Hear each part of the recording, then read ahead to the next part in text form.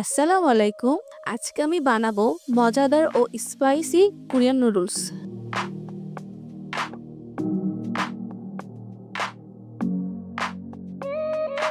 প্রথমেই আমি নিব একটি কোরিয়ান নুডলস। গরম পানিতে সিদ্ধ হতে দিব।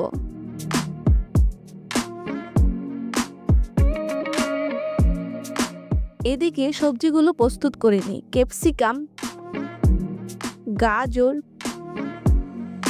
পেঁয়াজের ফুল, টমেটো, কাঁচামরিচ আর পেঁয়াজ সবকিছু সুন্দর করে কুচি করে নিব। আর আমি চিকেনগুলো আগে থেকে বারবিকিউ করে রেখেছি যাতে রান্নার সময়টা বাঁচে এবং স্বাদও বাড়ে। এখন একটি ফ্রাই প্যানে অল্প তেল গরম করে 3টা ডিম ভেজে নিব।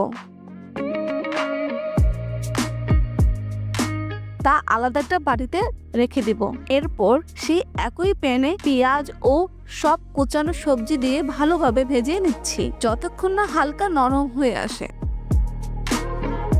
এবার এতে ভাজা ডিম, চিকেন ও সিদ্ধ করা নুডলসগুলো দিয়ে দিব। সবকিছু ভালোভাবে নেড়েচেড়ে মিশিয়ে নিব। এরপর আসল ম্যাজিক কোরিয়ান সস দিয়ে আবারও ভালোভাবে নেড়েচেড়ে সব উপকরণ একসাথে মিশিয়ে নেব যাতে প্রতিটি নুডলসের মধ্যে সসের ফ্লেভার চলে যায়।